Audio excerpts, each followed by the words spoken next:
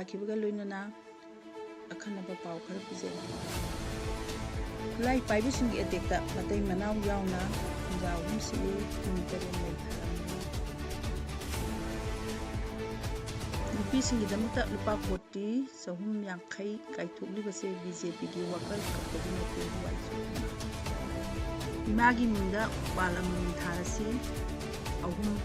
थौबांदा हौदोखै स्कुलसिंगा उपांबि लाखनि पांदम थम अंजलि सोंथाम ममांग चाही 10 होनखिबा अदुगी फोना असंग अमना पिक थलनखिबनि पीएम हानगी यूजीसी सिपना सीबीएस ईगी लोल अहुंगी स्कीम असी सौगत्रे मसिना लोन यामना खंगदी खुदोंचाबा फंगलगनि हाइदे तपना हौदोकपा वाफंगी मखादा रशियाना यूक्रेनगा यासिनबा पुरंगनबा सेम सारी पुतिन पृथ्वीदा ख्वाइदगी शक्ति लेबा यूएस मतोमतना स्ट्रेस ऑफ हॉर्मुज लाक्सिनबा ngамगनि प्रेसिडेंट हौजिक संदोना पाव पाजरी कांपोपी डिस्ट्रिक्ट की मनुंग चंबा न्यू कैथे मानबी एरिया की लोइबोल खुलेंदा मसी अयु अंगनबदा सखंगदबा खुलाई पाइबसिना चथरकिबे अटेक्ता मतई मनाव यावना खुंजा अहुम सिरे यूम तरेत मई थारमले हाय लेखिद्रसिंग अदुदी लेखोंगम हौकिम कुंथा मरी अपोक्पा मालुंग हौकिम मागी लुइनबी तिनमेरी तुम्बोय हौकिम कुमंगा अमसुंग जानमिलान हौकिम कुंथा अपोक्पा सैखोंहाव हौकिमनी खुलाई पाइबसिंग अदुना खुल अदुगी यूम तरेत लोमसुं मई थारोम की हायरी प्रेसना फंगबा पाउना हाय थौदो अदु ngasi अयु पुंग 4 रोम ताबदा अफब मखंगी खुलाई पाइबा सखंगदबसिंगना लोगोय खुलेंदा अकनबा मोंगदा नोमai कापसिंदुना एटेक जथरकी एटेक अदुदा खुल अदुगी खुंजा लेखोंगम हौकिम माके लोइनबी तेनमेरी हौकिम अमसुंग जांगमिलान हौकिम नोमai मरुना पामबदगी थौदोक थोकुम अदुमक्तदा लेखिद्रे थौदोक थोकुम अदुमक्तदा लेखिद्रे सखंगदबसिंग अदुना यूम तरे लोमसु मई थारमकी एटेक अदुना मरम ओइरगा खुंजासिंग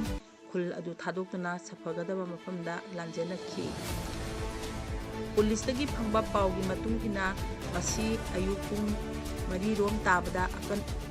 अफबा मखंगी खुलाई पाइबसिंगना लोइबम खुलेंगी यूमसिंगदा चंगदुना नोमai कापसिनबगा लोइनना यूम तरे मई थारंकी खुल अदुदा खामदुना लेबा जिप्सी अमसुंग महिंद्रा बोलेरो पिकअप तक अमसुंग मई थारंकी हाइरी थौदोदगी पाव फंगबदगी कांपोपी डिस्ट्रिक्ट की पुलिस अमसुंग सेंट्रल फोर्सिंग मफम अदुदा चंगसिंखिबगा लोइनना थीबा हुंबगी थबक चथखी थीबा हुंबगी थबक अदुदा थोइदोपा मिफा मिपुंदी लेखिदे थौदो अदुगा मरी लेनना पुलिसना केस अमा लौखपगा लोइनना इन्वेस्टिगेशन चथखरे हाइरी ngasi लोबोय खुलेंदा थोकिबा थौदोकदा मी अहुम लेखिदबा थौदो अदो किम कुकी एमपी मणिपुरना कनबो मोंगदा कंडेम तौबगा लोइनना सेंटर अमसुंग सिक्योरिटी एजेंसिंगा चपचाना इन्वेस्टिगेशन चथदुना जेनबसिंग अदु मसक खंगदोकगा लोइनना लोगो ओइबा चपचाबा एक्शन लौखकदबनी prime minister Narendra Modi ngasi world environment डेदा मियामदा याइफा पाउजेन पीरदुना माकी गवर्नमेंट हौकिबा चाही 10 असिदा होनखिबा अदुगी फोना असंग अमाना पिक थनबनी अमसुंग सा उसेक्सिंगी मसिंग हिंगलले हाइना फुंदोक्रे अकोइबी फिबम फगतनबदा साइंस अमसुंग अनोबो खुंथांसिंगदा थाजबा थमदना होना रिबा लेबा असिगी सिटीजन सिंगु महांगना थागतली वर्ल्ड एनवायरनमेंट डे ना लापदा पुनमकता याइफा पाउजेन पीरी अइना अकोइबिगी फिबम कनबं पामजबसिंगसु अइना थागली हाइना महांगना एक्सता थादोरकपा वारोल अमदा हाइखि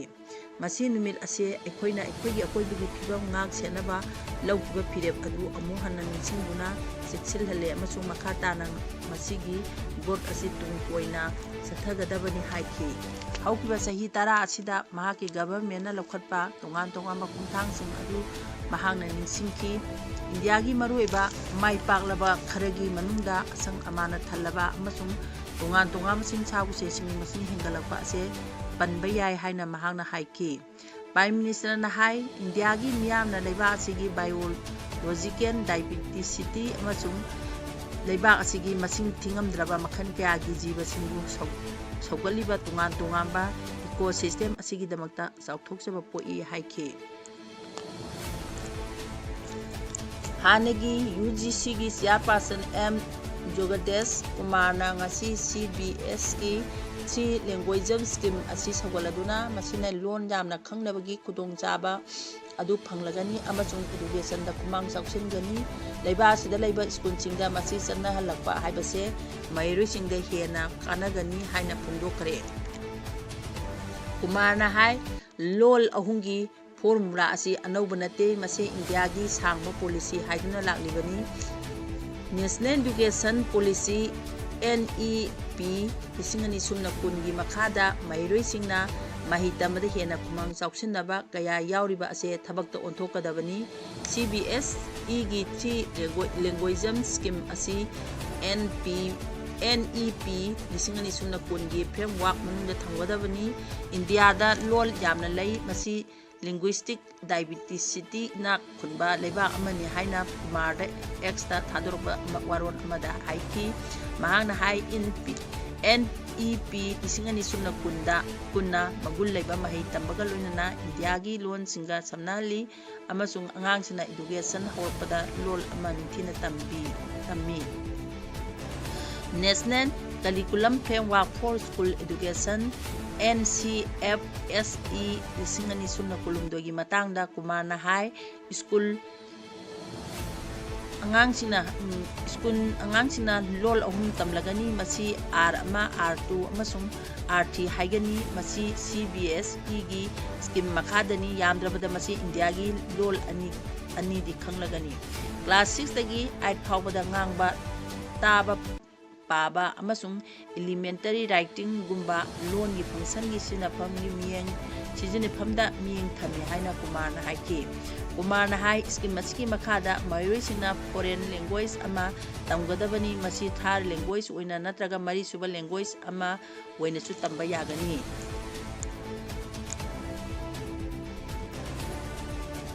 makhauji makhata na pausandona pajari Kha Lebanagi Khungang Mapanda Laiba Mising Thamna Chenthokhinaba warning tauraba matungda Israeli Air Force na ngasi paksana air strike tawkhre attack tawkiba dusindugi manungda mamangda anamba matamda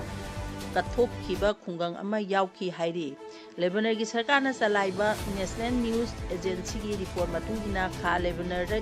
Israel gi air strike aduda mi taruk siki hairi mangjauna warning tawkiba maramna mi ja kaya marung khungang sing thadokna chenaki Israeli forces na akanba air strike kan tawribasi Iran gi puksi terrorist group Hezbollah na Israel amasung Lebanese sarkar gi marakta ceasefire gi yanakiba wafam reject tawkraba matungdani makoina Israeli forces mapung phana withdraw taw haiba dabi tawri States of Hormuz na jahasing tikta kaidna holhanaba honabada United States na Eurosip Alliance gi military mateng darka oide prithibida khwaidagi sakti leiba US military matomtana samudragi lambi asi laksinba ngamgani lambi asi hangdokani amasung tekta kaidna thamgani haina US ki President Donald Trump na phungdokhre White House ta wahang pakum manungda Iran gi issue